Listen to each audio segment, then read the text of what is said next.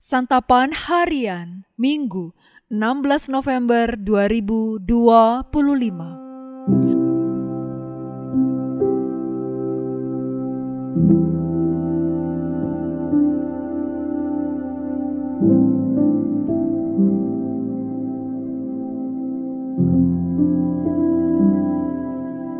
Inilah program Santapan Harian, sebuah program yang mengajak Anda menelusuri isi Alkitab, agar Anda menemukan makna firman Tuhan sesuai dengan konteksnya. Santapan Harian tertuju bagi Anda yang ingin memiliki kehidupan rohani yang segar, kuat, dan sigap. Hari ini kita akan membaca Ulangan pasalnya yang kelima, ayat 23 hingga ayatnya yang ke-33. Namun sebelumnya, mari kita berdoa. Lembutkanlah hati kami ya Tuhan untuk mendengarkan firman-Mu, agar firman-Mu mampu kami pahami serta lakukan. Di dalam nama-Mu, Kristus Yesus, kami berdoa. Amin. Ulangan 5 ayat 23-33. Ketika kamu mendengar suara itu dari tengah-tengah gelap gulita, sementara gunung itu menyala, kamu pun, semua kepala sukumu dan tua-tuamu mendekati aku. Kamu berkata, sesungguhnya Tuhan Allah kita telah memperlihatkan kepada kita kemuliaan dan kebesarannya, dan suaranya telah kita dengar dari tengah-tengah api. Pada hari ini telah kami lihat bahwa Allah berbicara dengan manusia, dan manusia itu tetap hidup. Lalu sekarang mengapa kami harus mati? Sebab api yang besar ini akan menghanguskan kami. Apabila kami mendengar suara Tuhan Allah kita lebih lama lagi, kami akan mati. Sebab makhluk manakah yang telah mendengar suara Allah yang hidup, yang berbicara dari tengah-tengah api seperti kami ini dan tetap hidup? Adapun engkau, mendekatlah dan dengarkanlah semua yang difirmankan Tuhan Allah kita.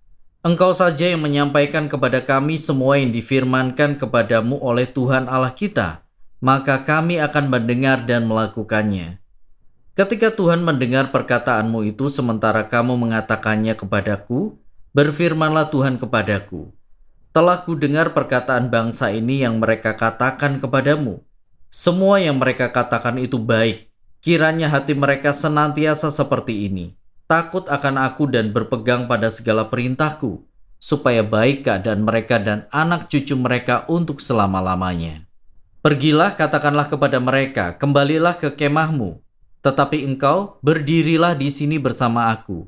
Aku hendak mengatakan kepadamu segenap perintah, baik ketetapan maupun peraturan yang harus kau ajarkan kepada mereka, supaya mereka melakukannya di negeri yang kuberikan kepada mereka untuk dimiliki.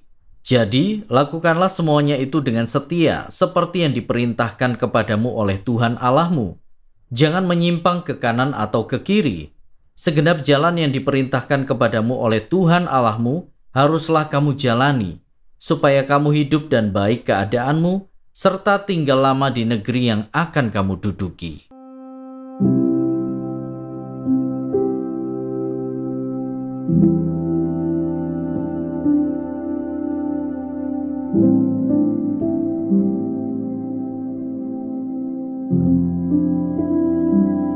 Sahabat Santapan Harian, Alkitab sering menggambarkan betapa kekudusan Allah menakutkan bagi manusia. Umat Israel pun merasakannya seperti yang kita lihat dalam nas hari ini. Setelah mendengar suara Allah yang menggunturkan 10 hukum dari tengah-tengah gelap gulita, semua kepala suku dan tua-tua Israel datang kepada Musa. Mereka mengatakan bahwa Tuhan telah memperlihatkan kemuliaan dan kebesarannya, dan mereka telah melihat bahwa Allah berbicara dengan manusia, dan manusia itu tetap hidup. Kemudian, dalam ketakutan mereka melanjutkan, lalu sekarang, mengapa kami harus mati? Sebab api yang besar ini akan menghanguskan kami. Apabila kami mendengar suara Tuhan Allah kita, lebih lama lagi, kami akan mati. Mereka pun meminta Musa saja yang mendekat dan mendengarkan semua yang Tuhan perintahkan. Dan biar Musa saja yang menyampaikan kepada mereka semua yang difirmankan oleh Tuhan. Tuhan pun mendengarkan perkataan mereka dan menyuruh umat kembali ke rumah mereka dan hanya memberikan segenap perintah, ketetapan, dan peraturan kepada Musa. Kekudusan Allah adalah hal yang paling penting dalam Alkitab.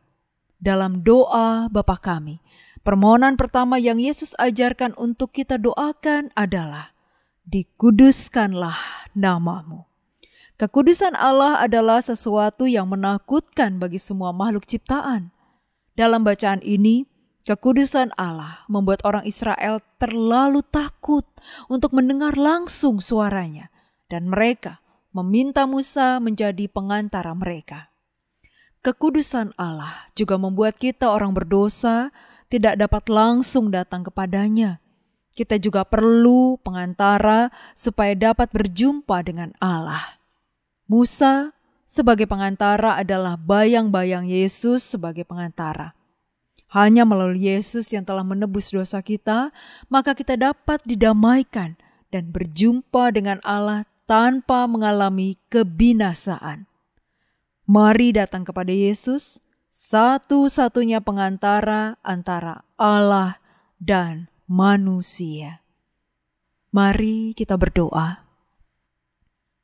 Dosa membuat kami jauh dari Engkau, ya Allah. Namun Engkau adalah kasih di dalam keagungan dan kekudusan-Mu. Engkau bersedia merengkuh kami yang rapuh ini melalui Putra-Mu Yesus Kristus yang rela mati dan menderita.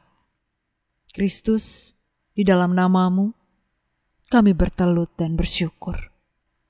Amin.